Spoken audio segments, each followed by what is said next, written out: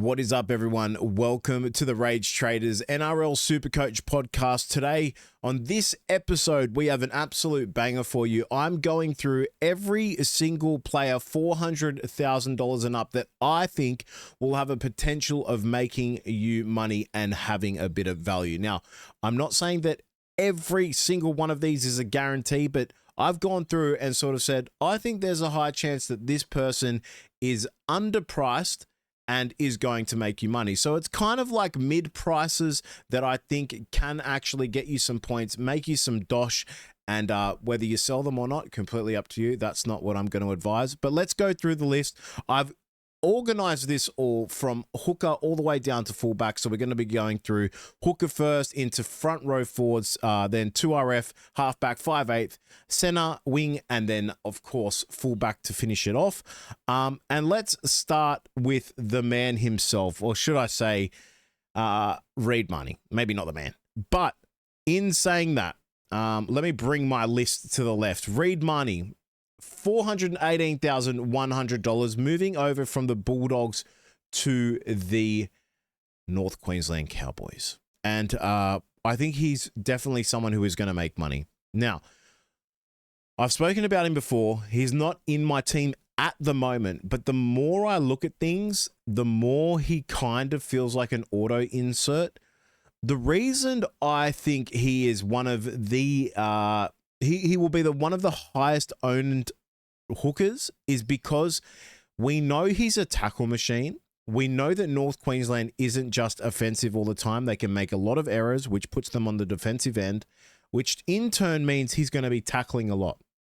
Now, in his season, and I'll just bring it up for those watching on the video so you can see here, essentially, we can see that when he plays 80 minutes, he can get anywhere from 22 to 30 plus, even 40, 50 plus in base. And that's seen from last year in 2025, which is absolutely incredible. Now, his attacking side, getting those extra points after the base, that's where he can be a bit less valuable than the others, likes of like Harry Grant, Blake Brayley, etc.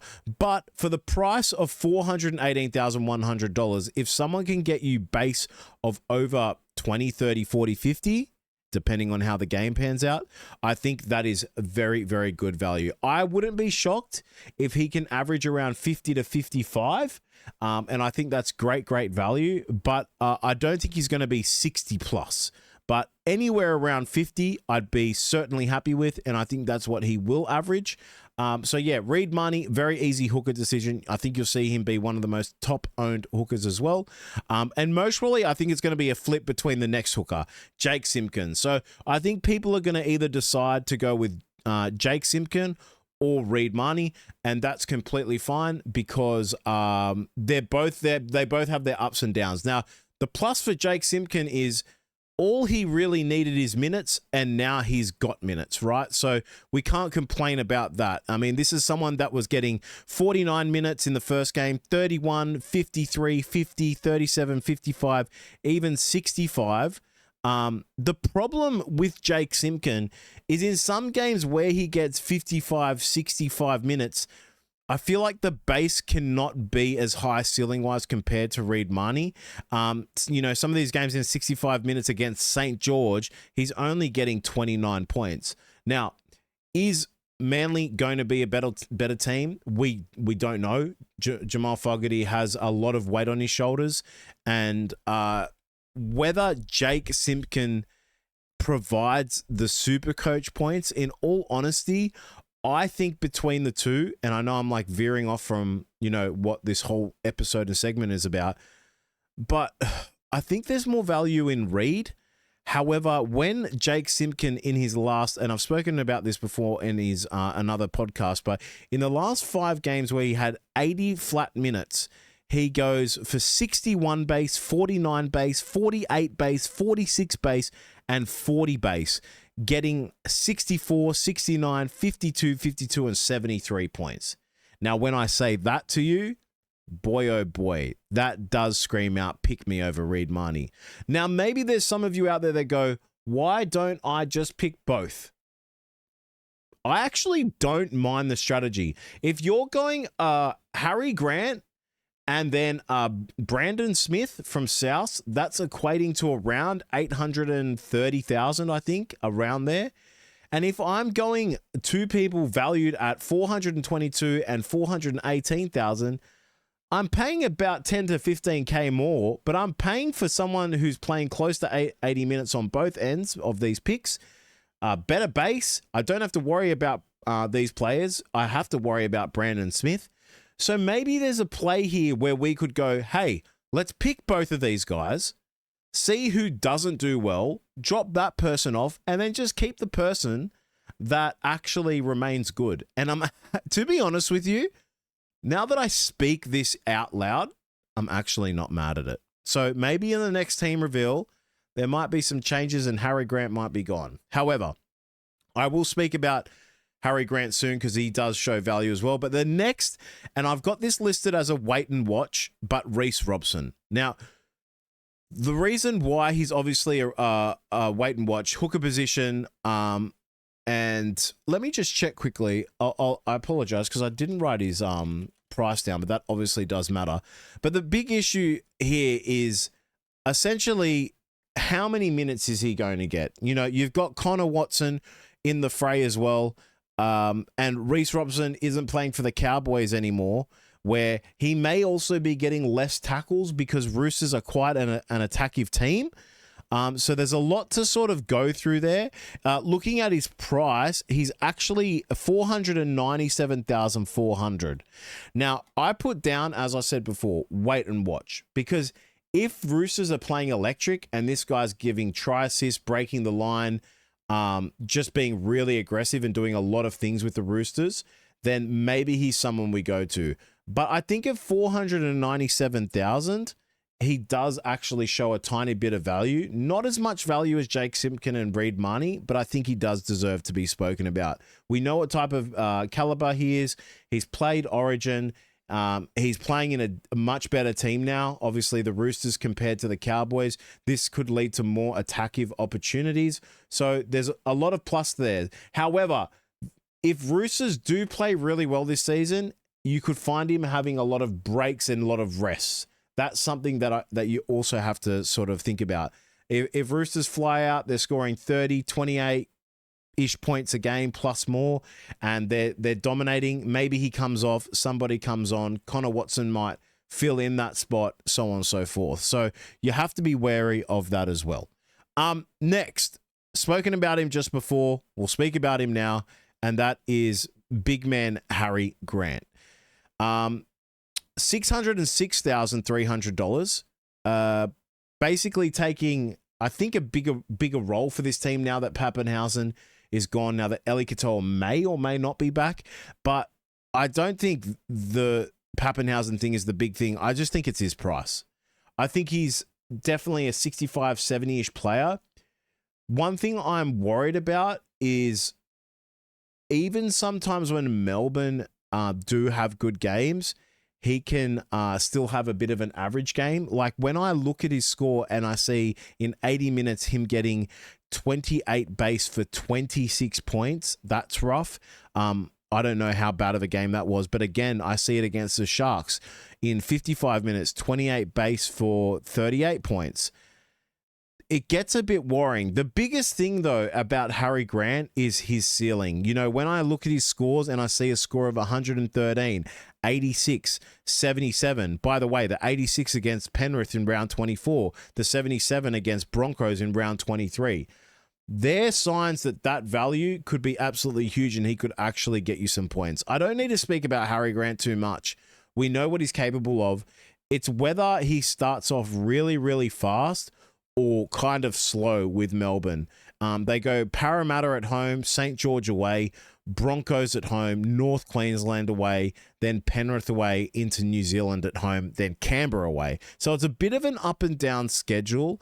And I'm just thinking, does he warrant being started ASAP? I think now he could be someone that we wait to look and try and bring in around round 8 during Souths, Dolphins away, West Tigers, Para away, And then for the Bulldogs away game, I'm quite sure that's Origin period anyway. So this is my analysis there. That's what I think I'm going to be looking at doing. But boy, when Melbourne versus Parramatta at home and St. George away, the first two games, it kind of scares me not to have him. But yeah, let me know what you think on that one below. All right, so that's our hooker section done. Let's go straight into 2RF. I spoke to, shout out to the Supercoach experience, Brandon Savage. I was like, why is there so much hype around this Trey Mooney and what's the other guy's name? Jermaine McEwen. And he was basically telling me reasons, but look, a few gaps open up here, and Trey Mooney and Jermaine McEwen are going to be sort of reaping the benefits off that. Trey Mooney at $442,000 has 2RF and FRF duality. That's very good. And I think that is going to be something that is very, very important in this game. Looking like doesn't get a lot of minutes last season, but in 43 minutes to get 48 base, that is really good for 89 points against Manly. It looks like his base matches his minutes, which is absolutely insane against St. George. 31 base for 36. 31 base in 36 minutes for 33 points. And then in the last game of the season, he goes 44 base in 55 minutes for 78 points. So when you see things like that, you can't not notice them. So again, in my future team reveal, which might be soon now that I'm looking more into analytics and stats and things like this, you might find him in there. Next. Jamin Jolloff. Now, you might go, what the hell are you speaking about? But he's a front row forward.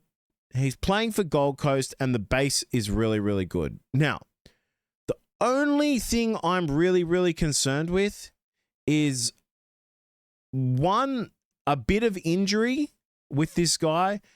Out of everyone here, I'd say this is the one I'm most skeptical on, in all honesty with you.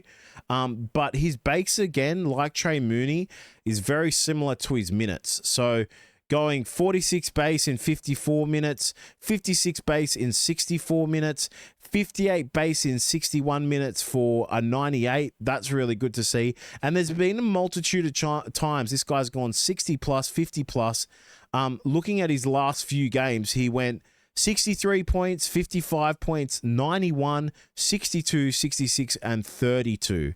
Now, the 32 was in 43 minutes. And this guy can also play 70 minutes. So it's going to be a sort of big watch list on this because I want to see his minutes. But just keep him on a watch list, see what happens. Watch him over the preseason. I'm not saying you have to jump in on this guy, but $502,800. If he was priced last year $554,500, I'd be like, whatever. But being at that 500,000 mark, I'm not mad at. Now, we do have likes of, people like Trey Mooney, where you're like, wouldn't you just rather Trey Mooney? Maybe, but this game is based on pods, taking risks, and maybe Jolliffe is one of the risks you take in the FRF, and it pays off. Might not be, I could be wrong, but I had to include him because I do think he's a tiny bit underpriced, and I think around the 550,000, 600,000 is where he should be. All right. Next, I have Jermaine Hopgood. Now, it's hard when I have 2RF, FRF duality positions, but he has this, and I've just chucked him into the 2RF part. But 517,900. I expect him to be in prop.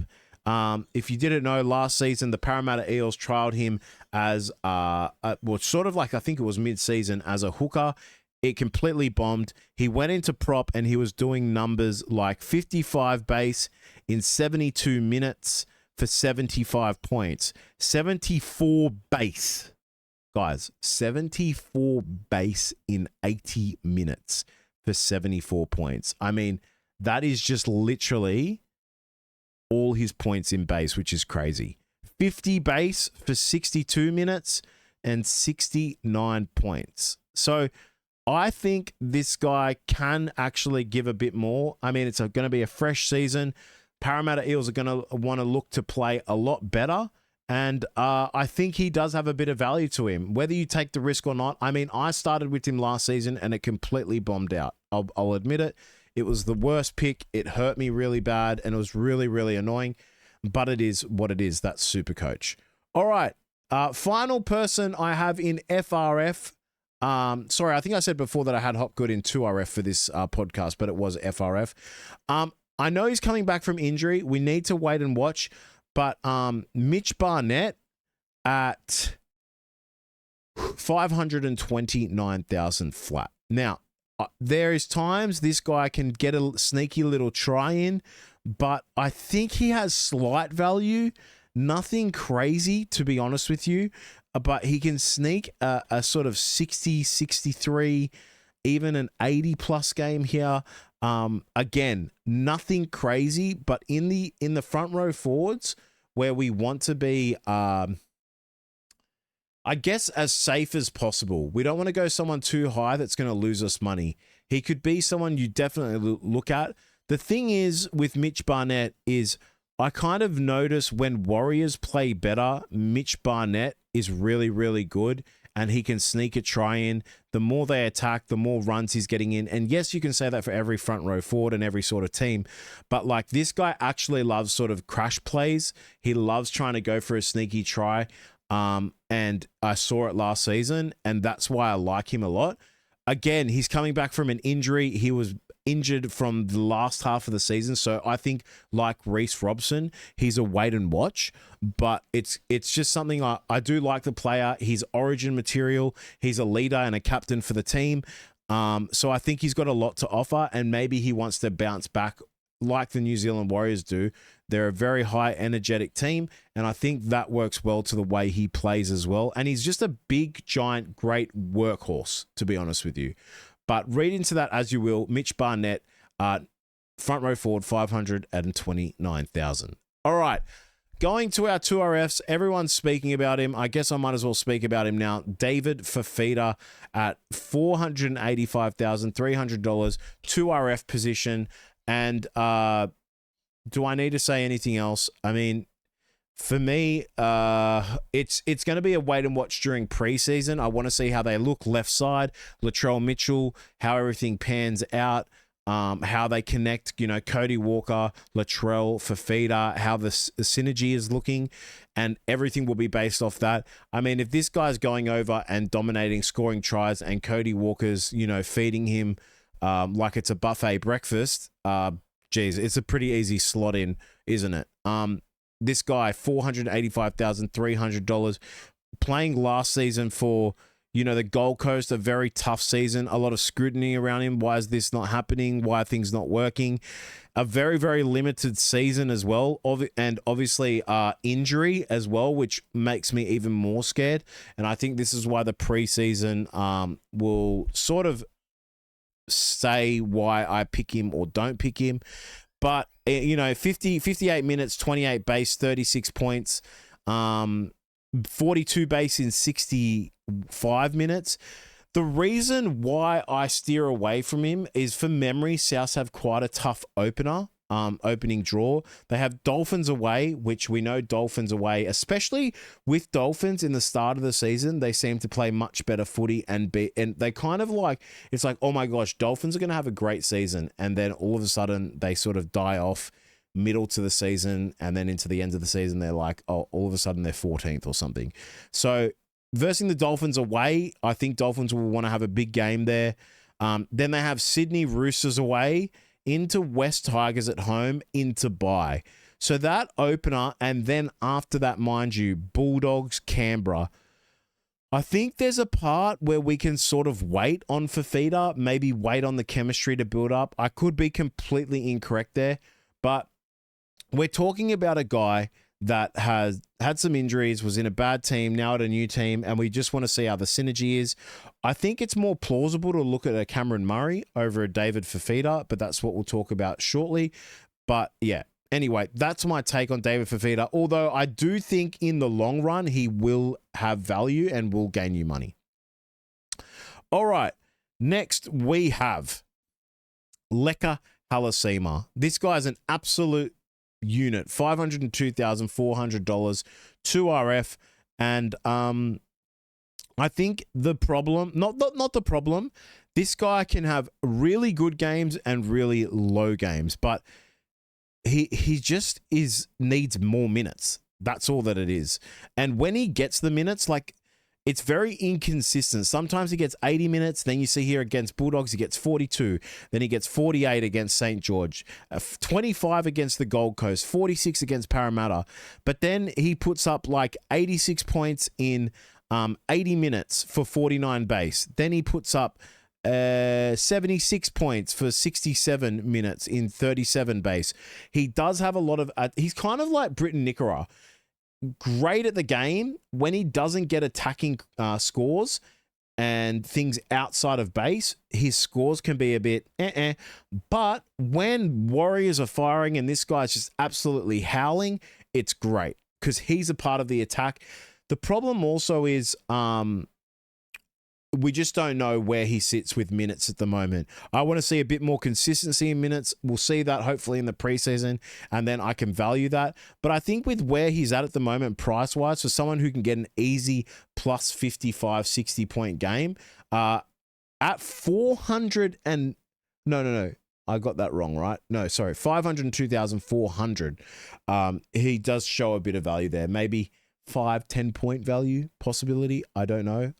Again, just my opinion, but I do think there's value there. All right. Next, we have Hamish Stewart. I'm not going to speak about this too long, but with some people going out, Jack DeBellin, I think it's Clemmer. Hamish Stewart comes in. I think he's going to be, in a lot of people's teams, one of the higher owned players in the Supercoach format. And sitting at $402,000, he's just a shoo-in. I'm not going to speak about it too much. He's a base freak. I think he'll beat his points with more minutes. This guy's getting 42 points in 42 minutes with 42 base. So give him a bit more minutes and you're making money. Simple as that. All right. Let's go to the next one. Jeremy McEwen. We spoke about this before. Again, Newcastle having some departures. I think he will fill the gap of Kai Pearce-Paul. And I would say, in all honesty, out of maybe this one, I'm a bit scared of because he's not sitting around he's sitting at Jeremy McEwen, $407,000. Now, it really depends on what Newcastle Knights team comes out. Because boy, oh boy, if they play like last season, which I don't think they will, it's going to be a quick trade out. Now, this guy, again, just needs more minutes. But against the Bulldogs, 78 minutes for 42 base and 42 points. Again, that's against the Bulldogs away.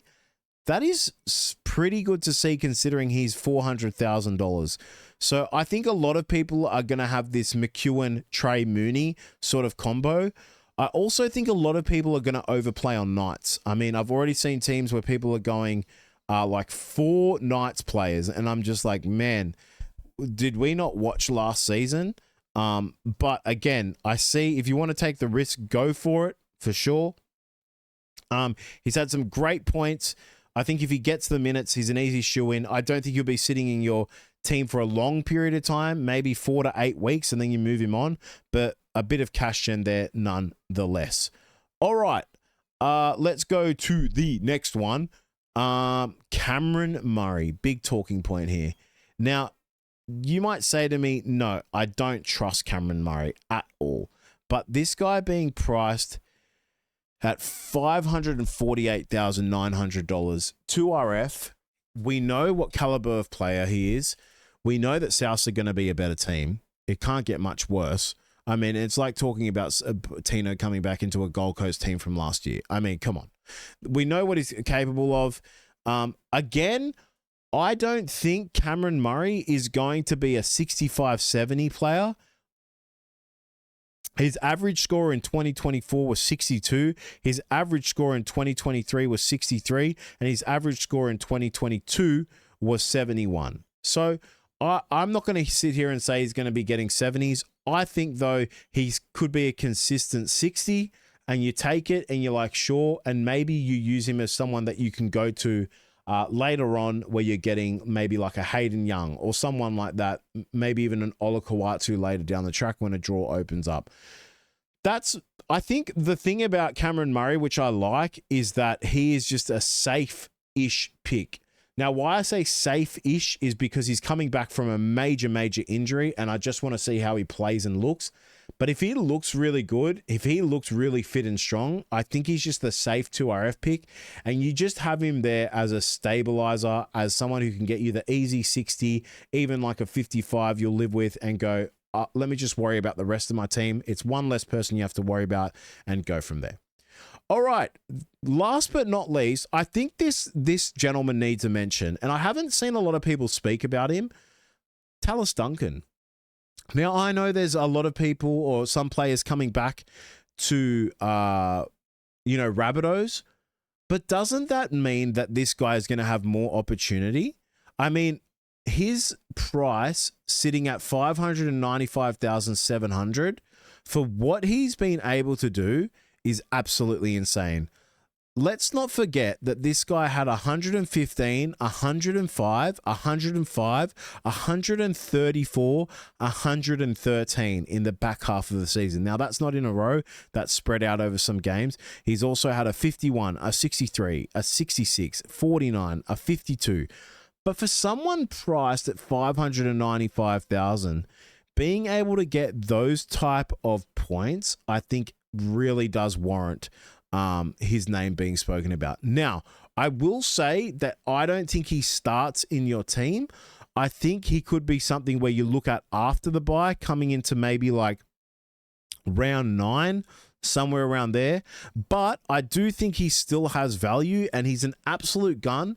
And we might see, even though we saw a bit of it, we might see him come out of the woodworks again, and people go, why didn't I just continue? Like, he has the form. He's confident now. The team is back. They have a bit more reinforcements. Doesn't that mean that he's going to get more attacking opportunities? I mean, think about what he's done in a limited South team that were a bit average and under par. And now we've got Cody Walker, and I shouldn't say we because I don't follow the South Sydney Rabbitohs, but now you've got Cody Walker, Cameron Murray back. You've got, maybe Latrell doing a lot better. And then you've got David Fafita. Maybe things start clicking. Now, I think a lot of people are talking about them being a premiership team. I think that's absolute madness. Premierships are won in the halves. And Cody Walker would struggle to stay a foot on bloody crutch supports, to be honest with you, even though he tries really hard. And I wouldn't trust Jamie Humphries in the finals at all. But I think they are getting stronger and they are getting better, and they might be able to push for a top 8 spot. I think they'll finish somewhere around 10 to 8, in my opinion. But yeah, we'll see how that goes. And I think Tallis Duncan is just going to benefit off South being a better team. And we hope to see that. All right. That completes 2RF. Now, just to go over that again, we had 2 dual players. Trey Mooney was 2RF and FRF. And then we had Jermaine Hopgood was 2RF and FRF as well. If you didn't hear that or forget about that, dual position players are really, really important. And those were the 2 there. Next in halfback, I have 2 players that I think are a bit undervalued. One definitely, I would say, and that is Mitchell Moses. Now, he's priced at $543,100. Are Eels going to be a better team? I don't want to go out and say they will be. Losing Lomax, a bit tough there. I think Lomax and Moses combo was really, really good. And it would be something. I think if Lomax was still in the team, Mitchell Moses would definitely be in my team. But not the problem with Mitchell Moses it's the problem with their draw. Now, I don't know if anyone knows this, but I've said this before. In the first 4 games, I don't think they're playing at home once because of like the Matildas and some stuff going on there. But with their opening draw, they have Melbourne away, Broncos away, St. George, and then at home, and then Penrith away. I think he's someone we could possibly look at around round 5, coming into West Tigers at home, Gold Coast at home, Bulldogs at home, Manly away, New Zealand, North Queensland away. Then he's looking at Melbourne, who could still leak points. And then round 12, I'd say he's looking at Origin period. But they have a bye anyway. So during that Origin period, his team has a bye. Then they come into Newcastle away, Bulldogs away, Canberra, and another bye. So we could look at getting rid of him around that round 12, round 13 mark. I'd say it'd be round 12, but getting him in around 5. And I think that's what I'm going to base my team in. Getting Mitchell Moses around that time, I think he's immediate value because he's goal kicking. I think the team will still score a good amount of points. They won't be awful, but at least we get to watch them from the first games. I mean, I don't think they're going to beat Melbourne away. I definitely don't think they're going to beat Broncos away. And then maybe they should beat St. George, but you don't know. Then Penrith away. It's a very, very tough opening draw. So I want to sit on it, but if his price comes down more after the first 3 to 4 games, boy, oh boy, is he a shoo-in for round 5, in my opinion. All right. Again, if I didn't say it, I'm pretty sure I did, but he was $543,100 at halfback. The next halfback I have is Dylan Brown. I think he does need to be spoken about. Kind of forgotten in the wind because of the whole, signing a new contract, Newcastle playing absolutely average, and I think he will be better at Eels.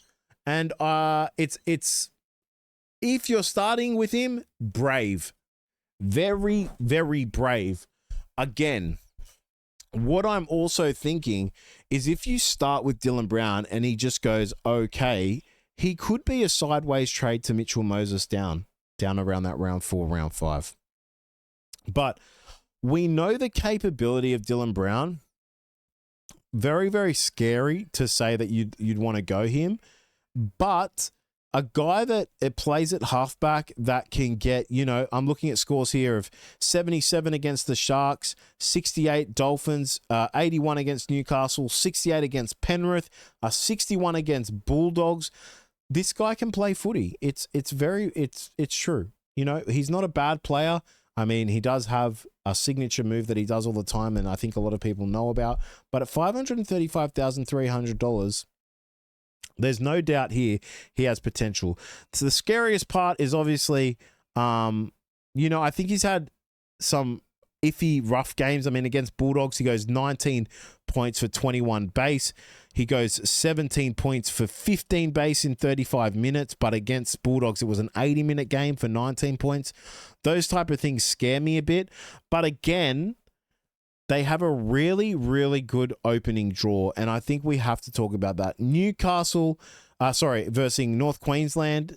I think that's at Las Vegas, right? I'm pretty sure it is. Manly away, then New Zealand. Bulldogs away, Canberra. West Tigers away, Sydney Roosters away. The first 3 is good. Now, this is what I'm saying. If he goes okay, or if he just makes you a bit of money, maybe around Bulldogs, Canberra, we then go, okay, let's bring Mitchell Moses in now. That could be a play. But I think you'll have a lot of balls starting with Dylan Brown, but it'll be a very, very interesting watch.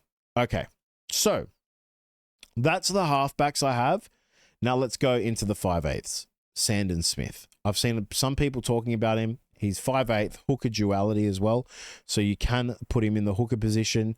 The one thing I like about Sandon Smith is this duality. Now, let's say we go Sandon Smith in the 5/8 position, and then we have a Harry Grant and a Brandon Smith, or we have Reed Marnie and Jake Simpkin. Maybe this is a play where we can utilize the hooker position through Sandon Smith if things go wrong. So maybe Harry Grant has a shocker first 2 games. Want him out, no problem. Sandon Smith goes up, Bob's your uncle, and now you're getting another 5/8 in, and easy as. So that's another sort of strategy and avenue you can take. I just think he's a really, really good player. The problem is, I don't know how good the attack of Newcastle's going to be. I think they're getting a tiny, tiny bit overhyped, in my opinion. There's, Kai Pearce-Paul is left. How good is, the forward pack going to be? How good are these new 2RFs going to be? Or, Jermaine McEwen really going to be? How are they going to click? Is the chemistry really there? But I do think he's capable. This guy's capable of a lot of points. Now, is that because he was in a Roosters team who loved being an attacking team and scoring a lot, and he was, a support running or making breaks and giving an easy try assist to a James Tedesco that's following up? Are we going to see that the same with like a Kalen Ponga or someone that's chasing him? I don't know. I really don't know. But I think he's a really, really good player. He's scary, though. I think where he plays is going to be a big tell. I'd be more... I don't even know what to say, to be honest with you. Now that I'm thinking about this, I am more scared to put him in my team than not. But I do think at 500,000, there's a tiny possible bit of value there, dependent on where he plays. That's all I'm going to say. And I assume it's going to be hooker. So if it's hooker, it might be a bit scary. But yeah, let's see how it goes, what happens, and maybe talk about that in some future videos. Next, who I think has a tiny bit of value, nothing crazy, maybe around another 5 points on them, is Matt Burton. Now, there's no way we can't say that Bulldogs are going to be and wanting to be a premiership team. Curran's last season for the Bulldogs, going to Perth Bears, maybe there's a bit of something in that. But Burton being, the goal kicker, someone who I think towards sort of mid to back end of the season, we saw him run a bit more, has the ability of getting, close to the 60 to 70 mark consistently, has games where he does score a bit low, don't get me wrong, but also has games where he's going 50, 74, 54, 60, 64, 124, 99. Are we going to see a Matt Burton that attacks a bit more, though? That's the real thing. But I do think at $557,400, he does have a tiny bit of value. Nothing crazy. But in a 5/8 position where things are really hard, maybe he could be someone you look at putting in. The problem is they have the early bye. So they have St. George, then a bye, Canberra away, Newcastle at home, South away, Penrith, then Parramatta away. So not a bad draw at all. All right, moving on to the CTWs. I'm going to try and breeze through this because we're already at 37 minutes. But geez, I've picked a lot of players, and this is just information for you guys. So make sure you give a thumbs up, you like, you comment, and 5-star review for the podcast on Apple Podcasts and Spotify, because this took me a bit of time to do. All right, let's go through these as quick as I can. Campbell Graham, CTW. The problem is he's going to be on the right wing, I assume, for South, with David Fifita, Latrell on the left side, Cody Walker. I think everything is going to go left side, but it's still an interesting thing to see because he's $431,200 CTW. We know his caliber of player. Boy, if he got left wing, maybe an injury happens to Johnson and Campbell Graham goes left wing, shoo him in. Huge value. We know his caliber, we know who he is, and he can easily beat his points. South's having a bit of an average season. I mean, he comes in, average score 2023 of 69, and then had a bit of an underpass season last season, but can easily get over that 40 mark. South just need to perform a bit more, to be honest with you. All right. Ali Leatawa, $452,300, CTW, New Zealand Warriors, absolute beast. Now, I don't know when he's coming back from injured against Canberra in round 12. If anyone has some information on that, that would be great. But this guy has the potential of being an absolute beast. 80 minutes, 22 base for 75 points. 80 minutes for 31 points. 80 minutes for 31 base and 95 points against the Sydney Roosters. I think he can beat his benchmark of 452,000.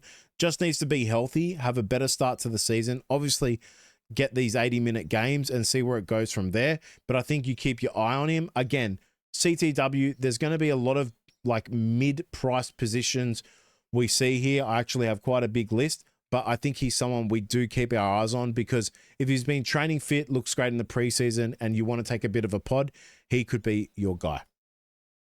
Next, Jack Bostock. Again, If anyone knows about the injury update, that would be great. But this guy is a pure winger. He's an absolute beast.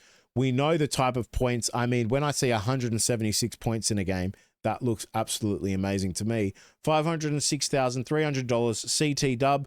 And I think Dolphins are going to have a better season than last season. I think they're going to surprise some people because they've got some people coming back. Trey Fuller's there also. Selwyn Cobbo is also there. So I think they're going to have a pretty good team. I'm not saying that they're going to be a top 4 contender, but I think they're just going to be able to score points surprisingly against the good teams as well, and then have points fiestas with the average teams. Also, I just think that there's a lot of chance of just it going down Bostock's side. It always seems to do that. He's just a great player, very smart and good at scoring those tries when you need to dive over.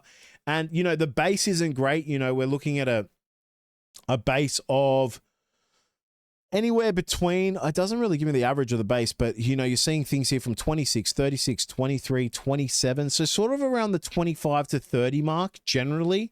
But he can get 52, 79 points, 62. It's really how this team performs. But I have to throw him in there because I do think he shows a bit of value with the injuries he had last season. Next, I put in Dominic Young, $510,600. We know he's a high-flying machine. His defense can be quite bad at times, but when he is clicking, he is clicking. I wish he was a bit cheaper, to be honest with you. I think at $510,600, you're cutting it very, very close. I'd be like, out of all the ones I've been speaking to you about, he's the one that I'd be most concerned of in CTW, to be honest with you, because there'd be a high chance that he actually could lose you money. But I think he's the only guy here, really, and him and maybe like Bostock, that like breathes hat tricks on them. It's like, oh, Young got a hat trick, and I'm like, yeah, I know. I would expect that. He's done it a lot, or he's scored doubles and stuff like that. So I don't mind the Dominic Young pick. Again, I'm not breathing full confidence onto it, but I think he does need to be mentioned. And I'm trying to give you guys little pods and things to think about. Maybe there's someone here that's like, wait, I actually really like it. Wow, I didn't know he was actually that low in price. I'm going to look into that a bit more. Next, you've heard about this one, Sam Stonestreet. Mulatalo getting injured. He's going to have a big chance of scoring a lot of points, $496,100. He's going to get 80 minutes. Hopefully he gets some and bags some tries, and he's an easy cash grab. But again, the base, just like similar to Dominic Young, you know, 24, 32, 20, 33, 29, 31. If he can get 30 base, I'm actually happy with that, because his points from the start of the season, 40 against Penrith, 112 against North Queensland, 18 against Souths, 49 against Bulldogs, 33 against Canberra, then a 77 and 76 against Manly and Newcastle. That's something pretty good, and that's something that you're going to see, that he basically will give you a tiny bit of cash grab and get you some good points. You know, he's in a team that, for the most part, are a generally good team here and there, and better than, you know, half of the competition. But yeah, wait to be seen on Sam Stonestreet, but he should be plugged in, 80 minutes, left wing, and that's what you love to see. One of my biggest picks here, I really, really like it, Selwyn Cobbo, $524,800. Now, some of you might be laughing now, but I think there's a big chance he could start off quite strong and surprise a bit of people. I know a lot of you might be just going, there's no chance I'm going Selwyn Cobbo, but I think he actually does deserve a bit of the limelight and talking, because I could see him getting more than, you know, 50 points. I really could. We know how aggressive and attacking the Dolphins team can be. I think he's going to fit well with their style. They're a very sort of risky team. Like, you don't see them win 20-6. You see them win 26-22. And he could reap a lot of benefit from that. He's a great player. I think there was a bit of things going on with Brisbane where maybe he wanted to play in a certain position. That wasn't happening. But I think Selwyn Cobbo has a real good chance. Now, it depends on where he's playing in the Dolphins and how long he's playing for. We need to wait on things to happen there, but we must have him on a watch list because he's a great player. He's in a very high Supercoach friendly team in a sense of how they attack. So yeah, I've put him in.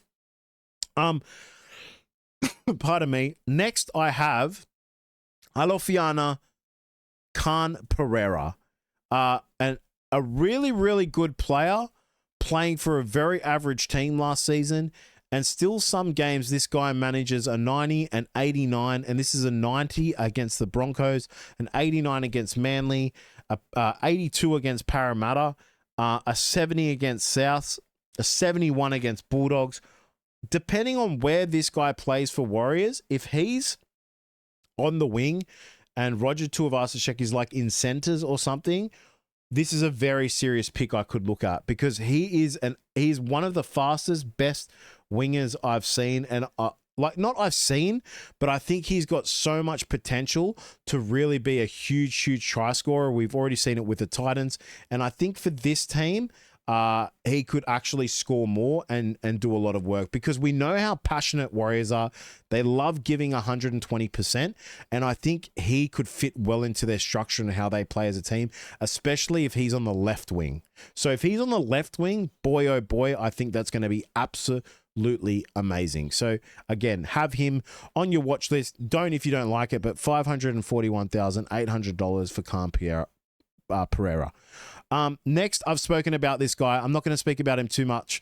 Nick Meaney, sitting a bit higher, $598,100, CT dub, playing for, obviously, the Melbourne Storm. He's going to get the goal kicking. He's going to be hopefully getting some extended points in apart from the base. Not just from goal kicking, but, try assists or tries. He has that in him. We've seen him go close to 100 and over 100 multiple times. Even last season, he's just sort of someone that hits above this mark. 165 points was his biggest score of the season. He usually gets anywhere from around 55 to sort of 85 points in a good game for Melbourne. So I'm really, really, really curious to see how he does that with just goal kicking full time. And I think that's going to be the biggest thing for me. The goal kicking full time is essential. And versing Parramatta in round 1 last season, he goes for 98 points in 80 minutes with 31 base. Who are they versing this season? Parramatta. So I'm not saying you might see that again, but it could be, a 70-point, a 60-point game. May not be, but it would be great to see if you did go with Nick Meaney to start off with. Next, Brian To'o, sitting at $598,000 now, and that's $800 at the end. $598,800. If I said $598,000 for Brian To'o, I'd be kind of like, surely I have to start with him. Like, I feel like this guy is 60 plus with ease. There's no doubt in my mind he had a bit of an injury-riddled season, a bit of hamstring issues. I'd say that's all good now.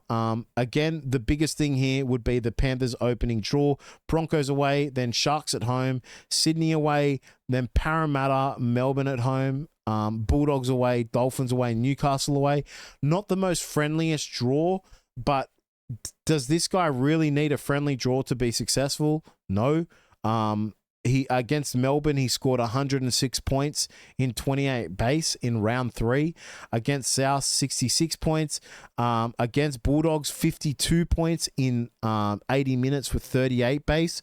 So he's accustomed to the tough games. He's an Origin player. He's played big games. Okay, so his base is great. He's one of the better base players. 49 base. 45 base, 36, 30. These numbers are very good. 38 base. He likes running the ball. It's just if he's healthy and if you're not too worried about the opening draw. Last of all, in center position, I have to put him there. Latrell Mitchell for the South Sydney Rabbitohs. Big risk, but I think at $626,800, he does scream a bit of value. We know what he's capable of, both good and bad. Whether you want to take the risk is up to you. Again, Souths don't have the best opening draw. If you want to wait until around that round 7 period, maybe that's the play. But he does scream a bit of value. Someone obviously that can average, well, in 2024 averaged 89, 2025 64, 2023 77. For someone priced at 626,000 last season when their season wasn't so great and still averaging a 64, I think he does warrant to be talked about. All right, last but not least, the fullbacks, most probably the easiest side of, this podcast. Thanks for being with me still here if you are. And let's just get into it. Keanu Kinney, 495,000. Comes back from a very, very big injury. People in the YouTube comments saying he had an absolute blinder. In his recent game, I think it was for, I actually don't know what it was. I didn't watch the game. Is it for New Zealand? Is it for a World Cup? I don't know exactly, but apparently he had an absolute blinder. Good to see. Again, I've said to people, I love that he played, with his hometown, for his country, whatever it might have been, but playing for Gold Coast versus that is a completely different thing. However, this guy in getting 23 base in 2025 and then 38 base for his first 2 games, going for a 62 and 68, does scream value. I'm not gonna shade around it. They do have Sharks away, Dolphins away, North Queensland away.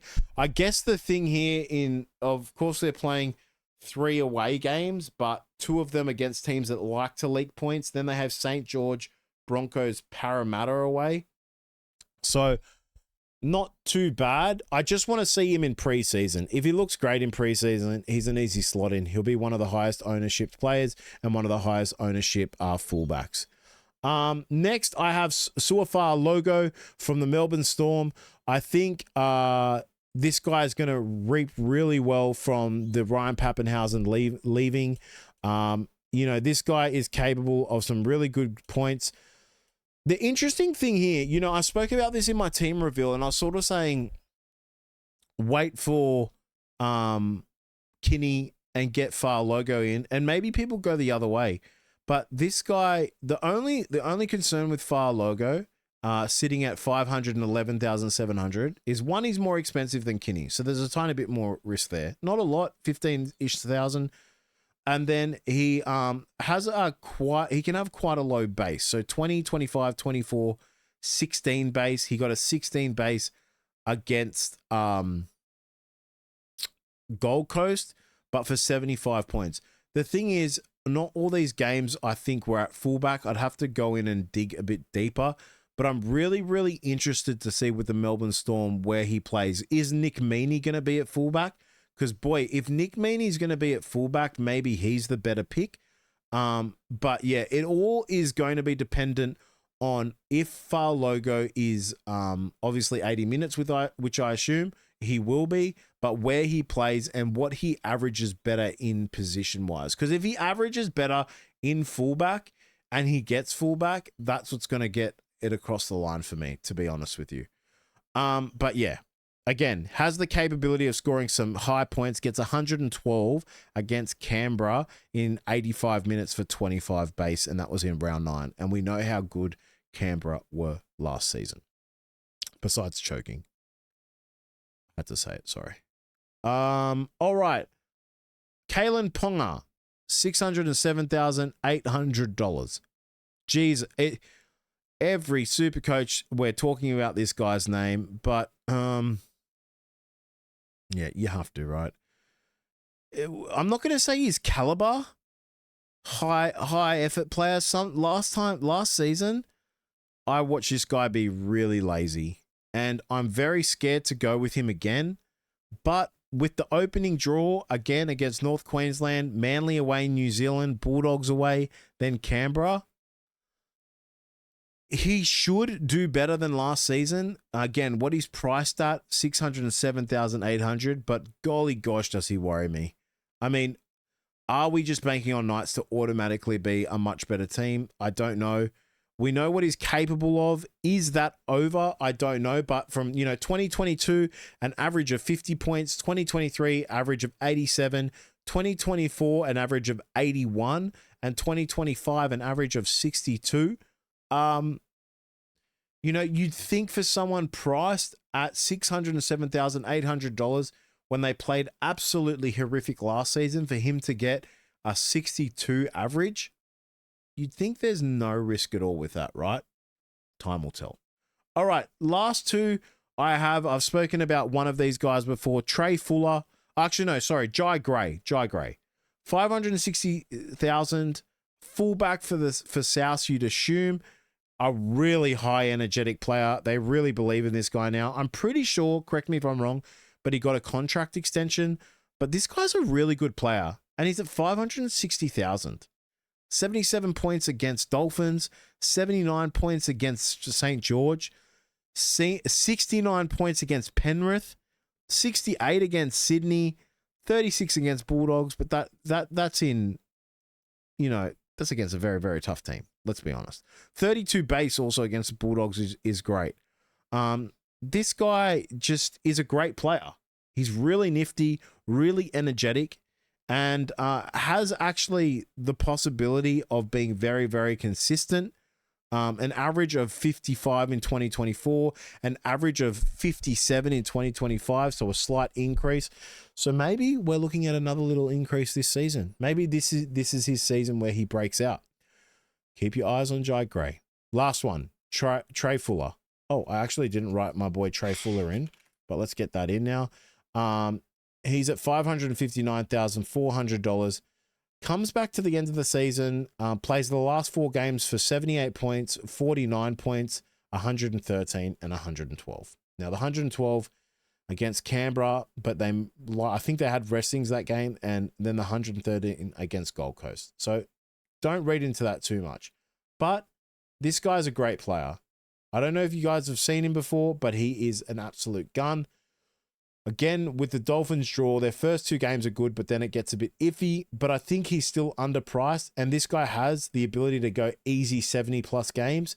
And he's, come back from injury really, really well, playing 4 games. So that's all I'm going to say about Trey Fuller. So I guess this video is all wrapped up and done now.